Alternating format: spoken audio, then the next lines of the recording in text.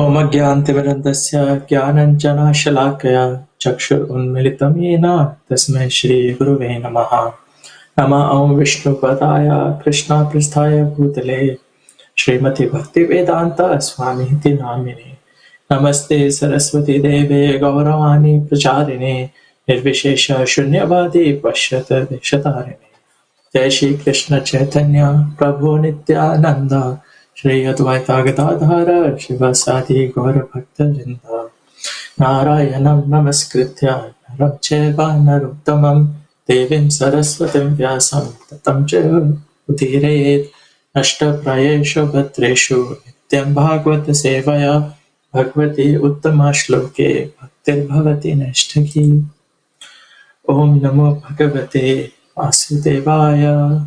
ओम नमो भगवते वासुदेवाय। ओम नमो भगवते वासुदेवाय। Hare Krishna. So we are continuing the series of Srimad Bhagavatam in a story form. Yesterday we discussed the contents of chapter in the second canto of Srimad Bhagavatam. And today we will be continuing on to contents of the second chapter of the second canto of Srimad Bhagavatam. So the first chapter established the very first context of the meeting between Parikshit Maharaj and Sukadeva Goswami. How Parikshit Maharaj had asked the question, well, now I only have 7 days to live. What should I do? What should I hear? What should I chant? And Sukadeva Goswami has started to answer that question. In the first chapter, it was established, he said, well, now you only have 7 days to live, so now you must prepare for your next life. And the best way for you to prepare for your next life is to actually perform Krishna Bhakti, so you can actually go back to Krishna's abode and never have to come back to this material world. And then he went on to say that the best way to go about in doing that is to actually detach yourself from the various stimulus that is present in this external material world. And the way you achieve that is by start controlling your mind. So as he is about to get to the realization of Krishna, he tells to the 3 ways of getting God realization. Vadanti tat tatuvidas tatvam yad jnanam advayam brahmeti paramatmeti bhagwan iti shabdyate. So the 3 ways to understand God is first impersonal Brahman, understanding everything it belongs to God. The second is the Paramatma realization, that everything within someone, within everyone, there is a God, there is super soul, that we have a soul and Krishna is present as the super soul. And the last stage and the next grade and the best realization is that of Bhagavan himself, that Krishna is a person, he has a personal form, and we can associate with him, we can do service unto him as a person. So in the first chapter, as he said, well, you need to get detached, and the way you do that is to control your mind. He starts speaking about the impersonal Brahman conception of Krishna. So he starts to say the way you do that is by focusing on the Virat Roop of the Lord, that everything in this world is somehow related to Krishna, like the ocean is his waist, the sun is his eyeball, the outer space are his eye pits, and Satyalok is his head. So that is a way to control your mind. Bandhur atma manastasya. So your mind is a friend when yena atma eva atmanah jata, when you have conquered your mind. However, anatmanas to shatrutve, however, when you have failed to control your mind, then vartet atma eva shatruvat, then your mind is an enemy. So to help Parikshit Maharaj befriend his mind, he has prescribed focusing on the impersonal conception of the Lord. And chapter 2 continues on from that with Sukadeva Goswami encouraging Parikshit Maharaj by giving him an example, that told you that you have to focus on this Virat Roop by looking at everything around you as somehow relating to Krishna, there is someone else who has done that before, and that is Brahmaji. Brahmaji, when he came to this world, he did not remember his position, his responsibilities, what he has to do. So he focused on the Virat of the Lord, and by focusing on the Virat Roop, he reconnected. He reconnected with Supreme Lord Vishnu, and in that way was able to understand what he needs to do to create this world.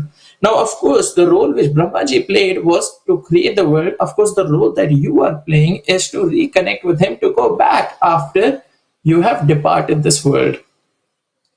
So, chapter 2 begins with Sukadeva Goswami giving an example in this connection with meditating on the Virat Roop of the Lord.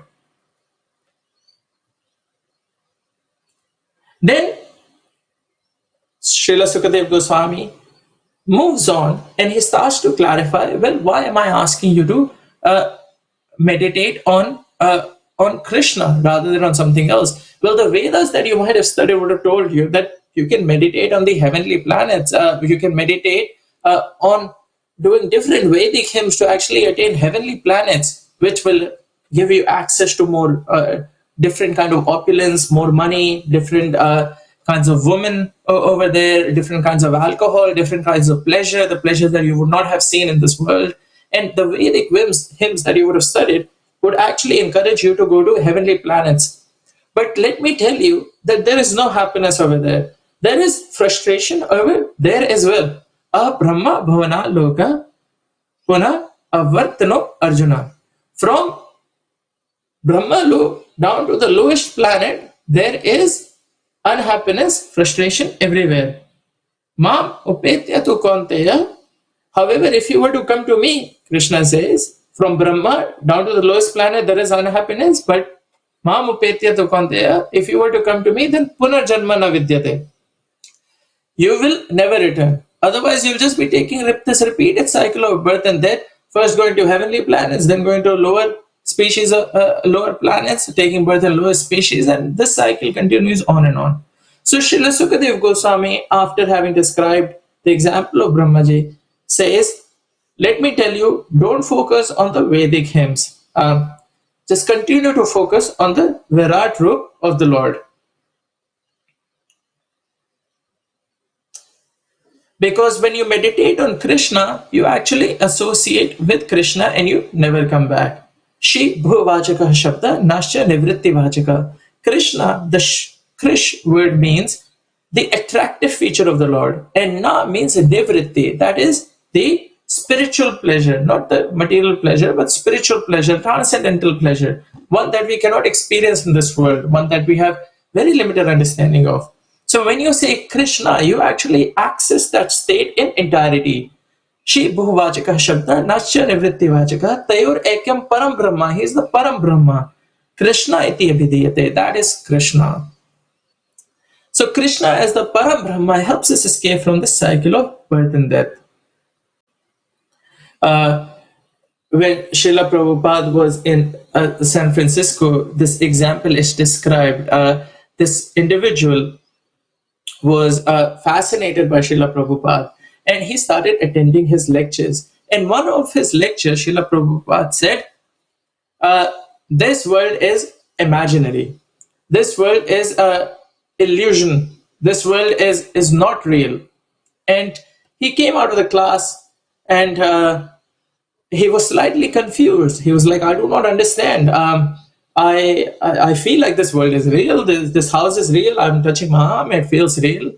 I don't understand. What does it mean? This is an illusion. So he thought, maybe when I look at this room, the wall over here does not really exist. Maybe it's just in my mind I have created this wall. So maybe if I run past it really fast, maybe I will cross over it and go to the other side.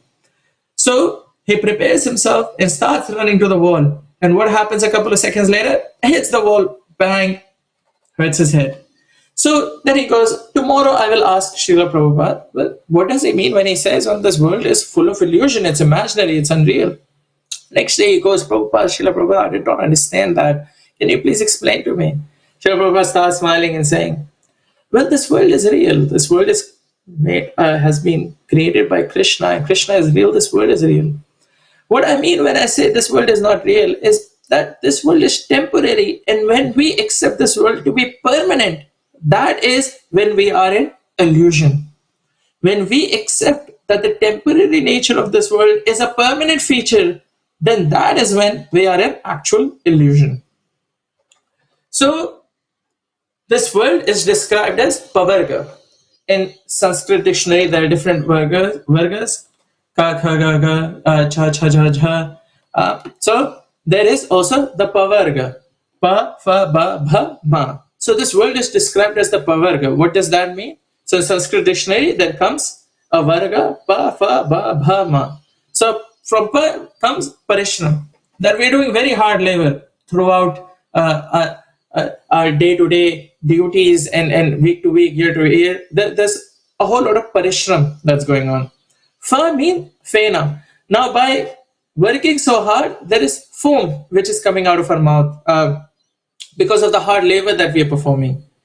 Ba means vyarthatha. That means disappointment. We are always going through some sort of another disappointment on a daily basis, coming either from our workplace or our social circle or our relatives or someone or from our own body or from the natural disturbances that are happening. There are disappointments which are happening. Bha means fear. We are always afraid that we might actually lose our possessions. We are afraid of something or another that is causing anxiety in our minds. And then finally, ma mrityu. So this world is called pavarga.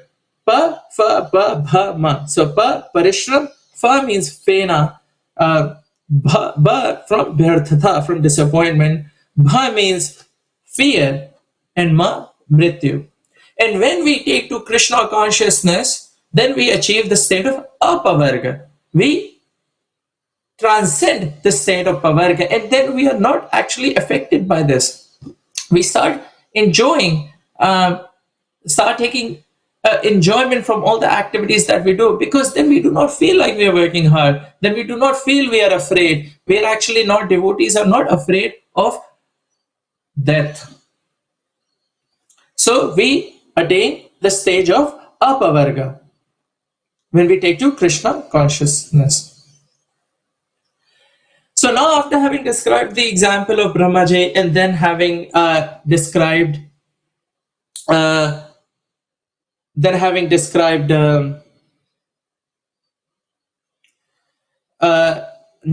not to practice the Vedic hymns, Srila Sukadeva Goswami comes back and then now talks about why it is important to live with minimum necessities of life. So now we are still in the section of being able to control the mind. We are still in the section of focusing on the Virat Rupa. He has warned about why not to chant the Vedic hymns, about going to heavenly planets, trying to enjoy more. And now he's on to the section why we have to live with minimum necessities of life. Janma Aishwarya Shruta Shrivi Edha Mana Madhapama. Janma, high birth, Aishwarya, opulence, good finances. Shruta means good education, very highly learned education. And Shribhir means very, very good beauty. Edha Mana Madhapama can make someone mad. The ego that comes with it can make someone mad. Nehava Hartya Vitatome, that person never comes to you. Tom Kinchana Gocharam. He never comes and worships you. So he is talking about minimum necessities of life. Why? Because when a person has high beauty, high wealth, high education, and high income, then that person will never attain to Krishna. Srila Prabhupada writes that this world is a jugglery of names only. This world is a jugglery of names. Someone will make a nice car, call it Mercedes. Someone will make a nice house, call it a different name. There are different brands, Versace and so forth. So this world is a jugglery of names only. It's manipulation of earth, water, and fire. Different ingredients are being created. And we are stuck in the cycle of trying to give ourselves pleasure from buying items relating to certain names. which are known across this world and have been made popular by people, there is a status symbol associated with it. With intelligence, one realizes not to uh, purchase expensive items, or trying to create a more luxurious life for themselves, which only propels us to then work harder and then buy stuff and then get bored and then again buy those items. But instead, focus on our mind on pursuing the a higher level of philosophy to get detachment from temporary objects which surround us. So, human life is meant for self realization, not sense gratification. So, there is no scope in life for time to be reversed. One should use their time wisely. The materialistic advancement in this of the civilization is labeled as the civilization of demons, as it ends in, as it always ends in wars and scarcity. America is trying to take advantage of resources in Africa. China is trying to encroach upon India's border. Russia and Ukraine never get along. So one civilization is always fighting with another civilization. One person is always fighting with another person. One person is always trying to get one better over the other person. And in this way, time is just being spent as the days goes past, as the weeks goes past, as the years go past. And we are wasting valuable time in being able to access a higher level of philosophy by just trying to get a better designation. I'm a better country than this other country. I'm a better person than this other person. And in this way, history will continue to pass. We will continue to pass. And if we are involved in these matters, we'll never be able to take to Krishna Bhakti. So, minimum necessities of life is very important to try and take to devotional service. Otherwise, we will be constantly stuck in trying to get a better status. Srila Prabhupada was again in San Francisco, and he went for a walk in the park, and with him there were a few devotees who went. As he went to the park, as he went through the park, and he was looking at different objects, he was trying to call out different spiritual topics which relate to the objects in the park. So, as he saw a tree, he said, there is life in this tree. The soul is arrested temporarily in temporary capacity, but there is soul in this tree. Went a little bit forward. He saw a lake with swans in there, and he goes, devotees are like swans, and literature about Krishna is like a clear lake. Went a little bit forward. Saw a couple of pebbles on the floor, and he's pointed to them and he said, as many pebbles are there, that is as many universes are there. So there are as many universes as the number of pebbles over here. And in each universe, there are innumerable living entities. Then he went a little bit forward, and there were a couple of ducks sleeping on the path of the walk. And this devotee, he did not want Swamiji's walk to be disturbed. So he went forward and he started to shoo away the ducks. The ducks were clearly not happy, and shoo away. They were saying to the ducks, you're disturbing Swamiji. And Srila Prabhupada said, as we are thinking they are disturbing us, as we are thinking they're disturbing us, they are thinking we are disturbing them. Then he went a little bit forward, and as he came onto a large tree, he looked at the floor, and there were bird droppings over there. There were a fair amount of bird droppings over there. So he asked the group, what does this mean?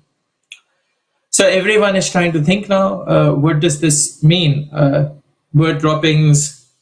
So everyone is trying to think, okay, is there some hidden meaning over there? Somehow reading, like, just how people read into tea leaves and look at the future, as it's a widely popular concept in America and in Egypt and so forth. So we're thinking, well, if I were to, is there some hidden meaning in this bird droppings? So he asked this devotee has just recently joined the temple and he was slightly embarrassed. He's like, I'm not sure. It's like, I'm not sure. Prabhupada smiled and he said, this means that these birds have been staying here longer for 2 weeks. Even birds are attached to their apartments. So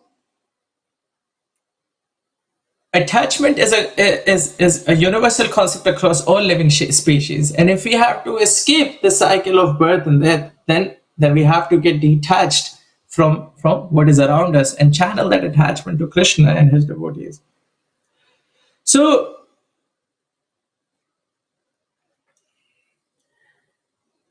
in this way, Sukadev Goswami is encouraging Parikshit Maharaj in the second chapter to maintain oneself with minimum necessities of life. And now he starts to move on. Now that you have controlled the mind, if you were to do what I have said to you, if you were to not focus on the heavenly planets, if you were to start controlling your mind by actually this method, then now you should channel your mind into meditating on the Paramatma within yourself and everyone else. So you should start meditating on the super soul within yourself and within everyone else. So now Srila Sukadeva Goswami has started to move on from the impersonal Brahman conception to the next grade, which is the Paramatma realization of the Lord. At first, try to distract your mind from everything around you by focusing on the Virat Rup. Then start meditating on the super soul.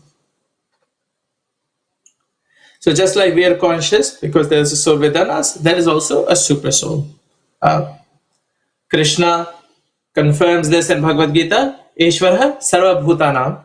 I am the Ishvara of everyone, and Hriddeshe Arjuna Tishtati, and I am situated in everyone's heart. Brahmayam sarva bhutani, and I am watching and directing the wanderings of all living entities, yantra rudhani mayaya, as they go about this material world. So Krishna as the Paramatma helps us in our various aspirations as we go through our life. If we aspire for materialism, he will somehow arrange it. But then there is a price tag associated with it. If we are looking for happiness in this material world, there has to be some kind of frustration. Or he can help us get closer to him if we really want it. So his primary involvement as a super soul is to help us. However, we have to want it. So while Krishna is impartial, he does have a soft corner to extend a helping hand to his devotees. Samoham sarvabhuteshu name deshu stanapreha. So I'm equal to everyone, I'm not partial to everyone. However, ye bhajanti to mam bhaktya. If one approaches to me with devotion, then maitateshu chapyaham, then I am a friend to him and he is a friend to me.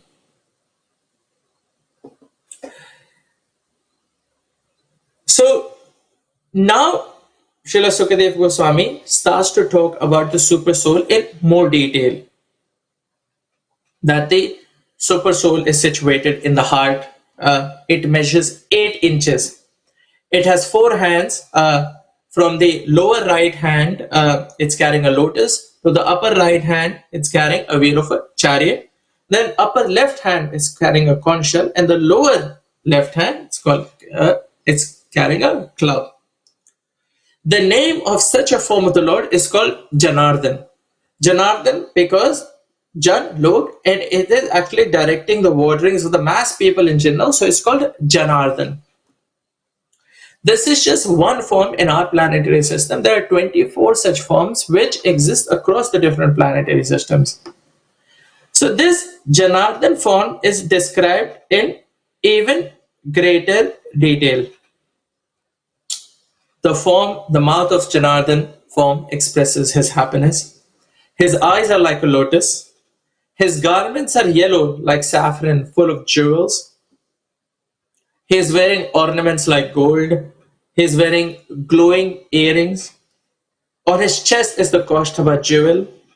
He has garland of fresh flowers around his neck which extend all the way down to the floor.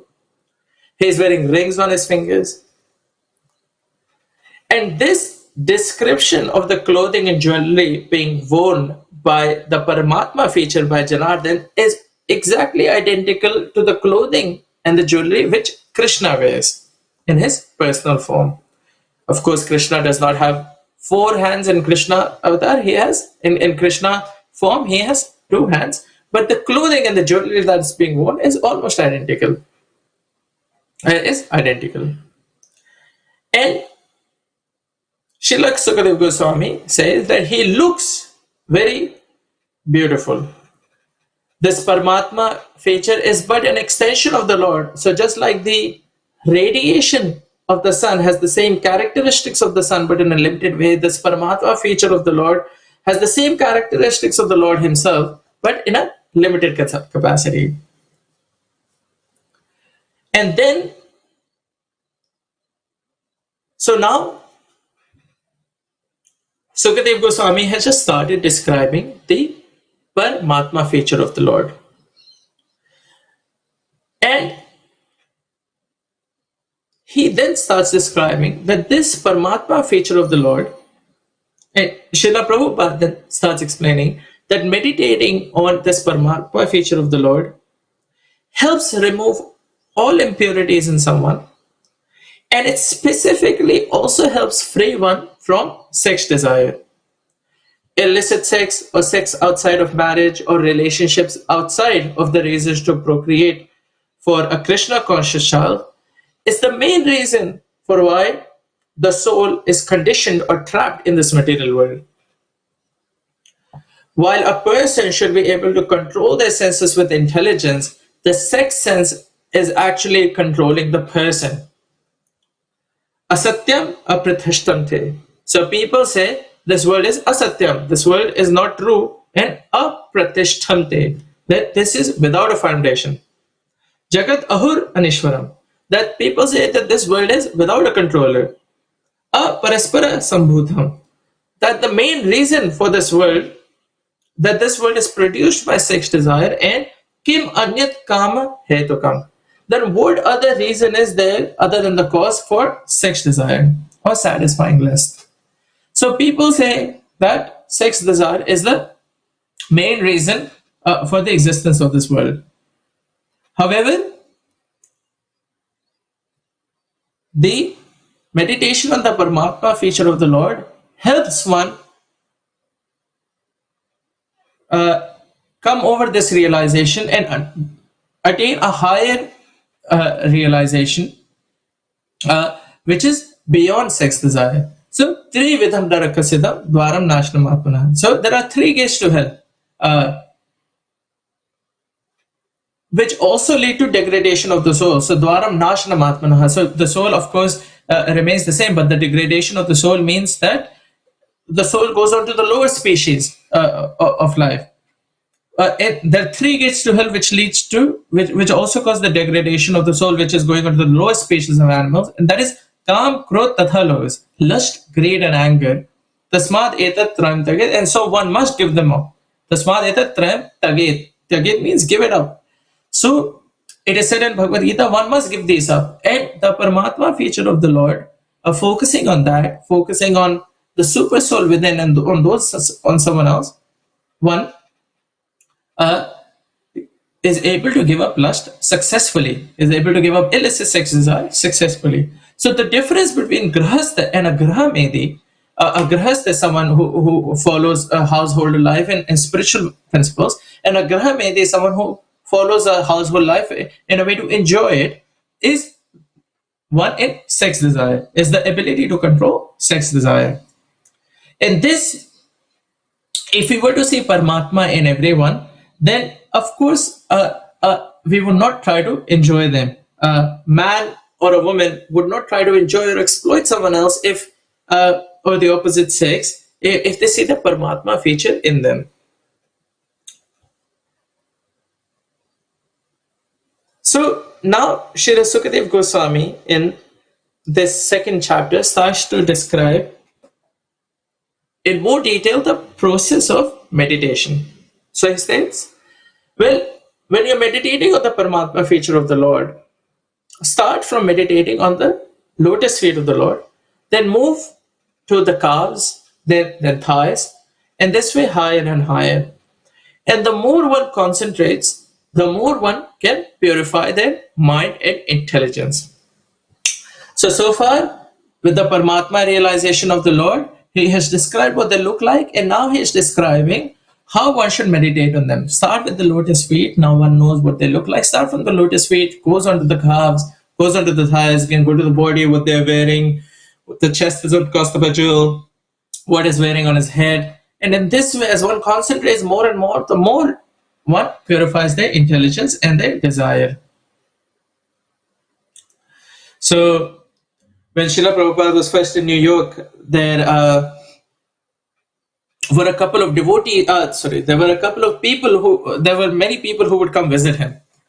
So this time there was a group of people who came visited him, and they were asking him questions. Tell us more about your philosophy. What is it that Krishna conscious about, and so forth. And they were talking.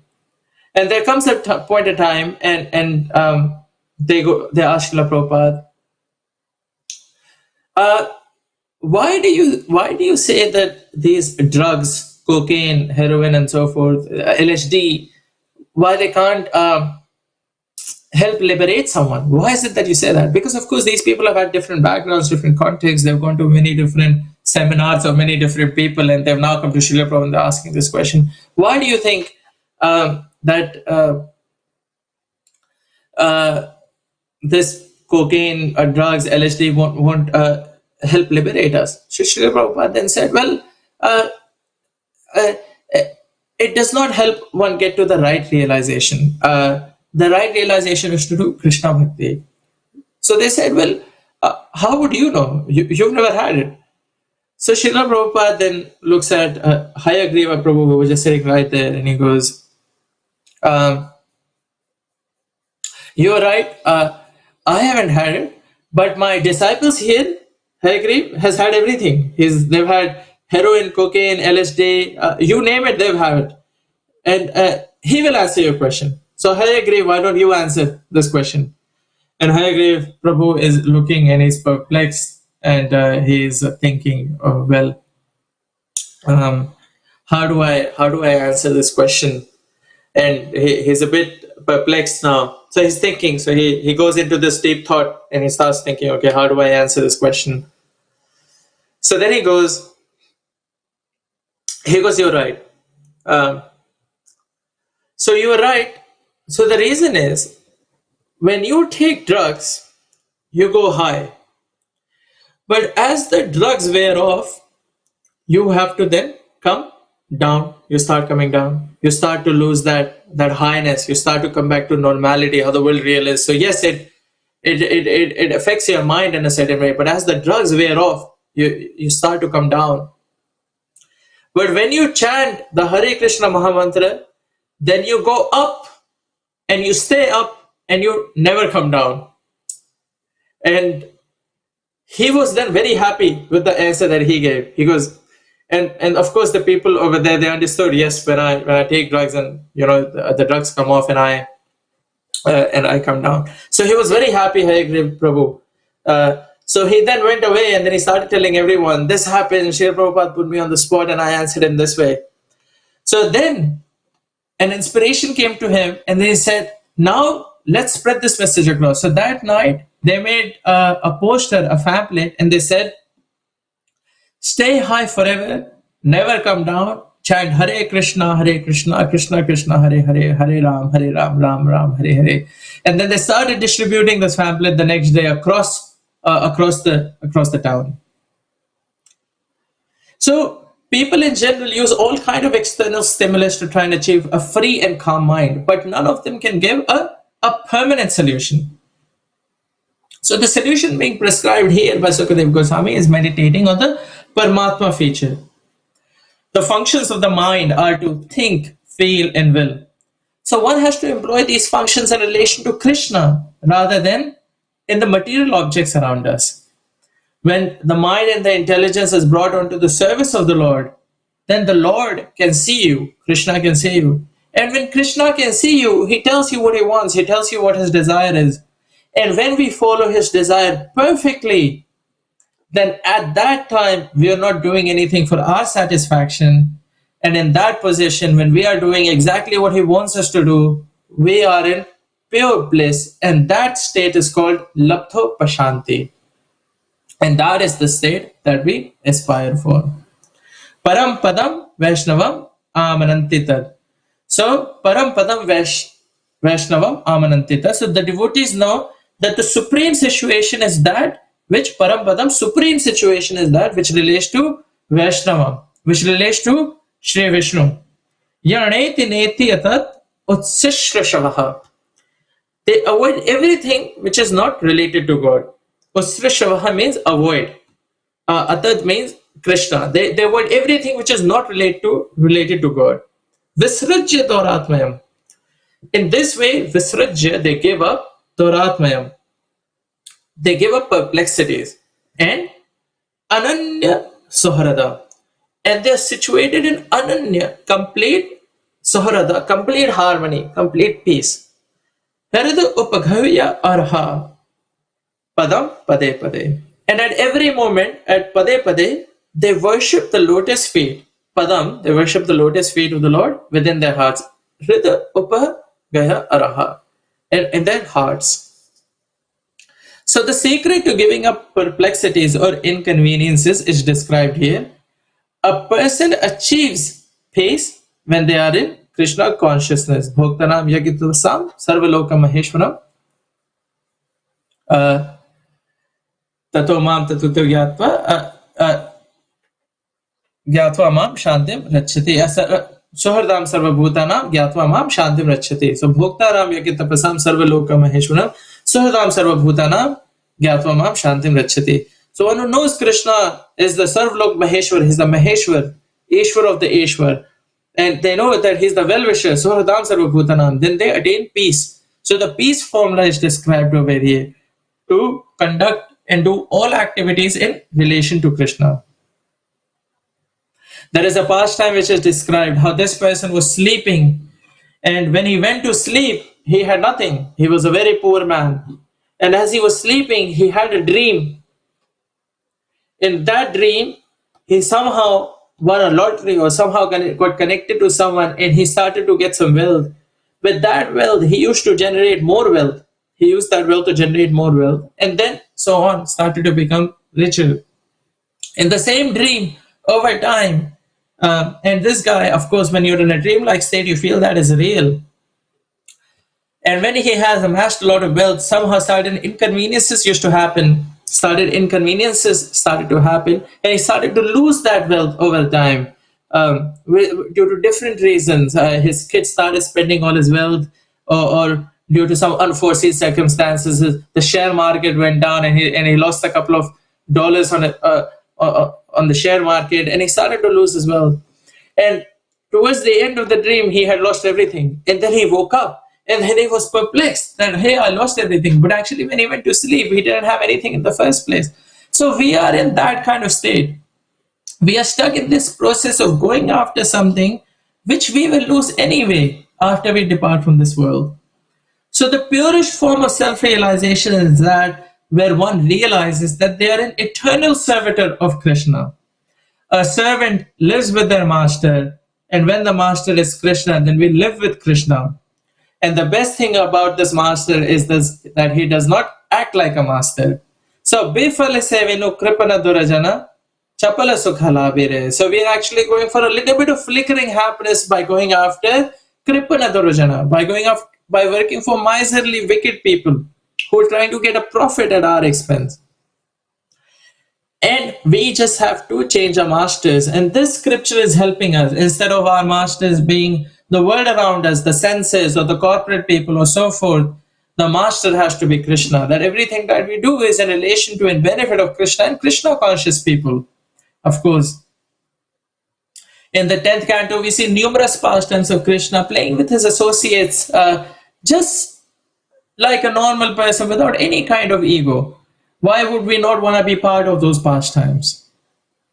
However, we have ego that we are better than everyone else. So getting free of that ego is the real purpose of our lives. And the conversation happening thus far between Parikshit Maharaj and Sukadev Goswami is to help him and us, to inspire us to become free of that ego.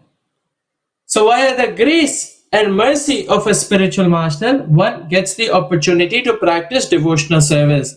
Brahman Brahmate Kaun Bhagyavan Jeev, Guru Krishna Prasad Pai, Bhakti Lata Vej. So due to the grace and mercy of spiritual master, we get the opportunity to practice bhakti. Then one nurtures that seed. After you have received the seed of bhakti, one nurtures it by hearing and chanting, hearing about Krishna Katha, and speaking about Krishna, speaking Krishna Katha. And in this way, one slowly starts to approach the stage of liberation. So in this connection, there are 3 stages of chanting. First is offensive chanting.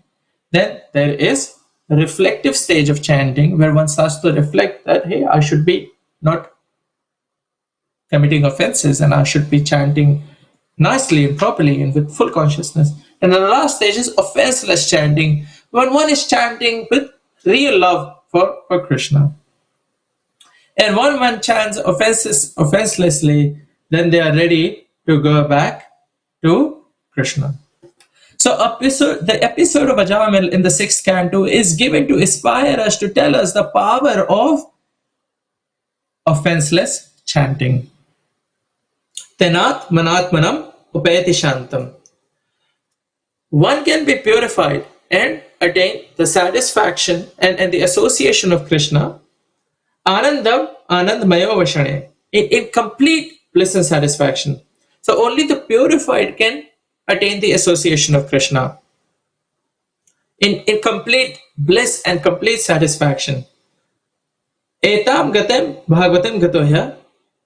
And one who can perform devotional service, Save punar neha visijate anga. That person never gets attracted to this material world again and he never comes back. So only the purified can attain the association of Krishna. Anandam anandamayo vashane. And then they get to experience the bliss and satisfaction. The 2 important words in this verse are Shantam and Anandam. Shantam means peace and Anandam means satisfaction. One wants peace and satisfaction. Etam gatam bhagavatam gatoya. For those who can perform devotional service very nicely and then they never get attracted to this material world again. So a pure devotee is 100% dedicated in the service to Krishna.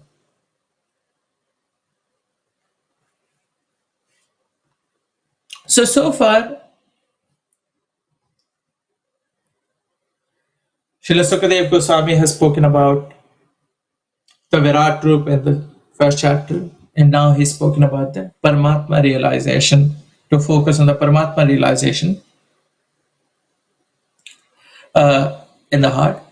And then now towards the end of chapter 2, he starts to talk about the Bhagavan realization, which is the next, the highest, the last stage of God realization. Na he ato neha sevah pantaha. So there is no other auspicious means. Sevaha means auspicious. There is no other auspicious means. Vishataha samshritaveha, for one to leave this material universe, other than Vasudeva Bhagavati, then to worship Vasudev. Vasudev is directly referencing Krishna over here, the son of Vasudev. Vasudev is Lord Krishna. Bhakti Yoga Yato Bhave, via direct devotional service. The key reference over here is Bhakti Yoga Yato Bhave, with direct devotional service. So now directly trying to serve, worship, remember Krishna in his personal form. So started to move on from the Virat Rupa, started to move on from the Paramatma realization of Lord, and now started to touch upon the Bhagavan realization of Krishna in his personal form. So Krishna says that do devotional service unto me in Bhagavad Gita. He says, do devotional service unto me. Bhaktya mam abhijanati yavan yashasmi tata tatvataha tato mam tatvato gyatva vishate tat anantaram. So bhaktya mam abhijanati. Do devotional service unto me. And surely then you will come to me. So chapter 2 ends with Shukadev Goswami, just introducing the Bhagavan realization of the Lord, and he will speak more about it in more detail and more about this philosophy in chapters 3 and 4. We will stop here. Thank you for tuning in again, and please look forward to chapters 3 and 4 from Monday onwards. Thank you so much. Hare Krishna.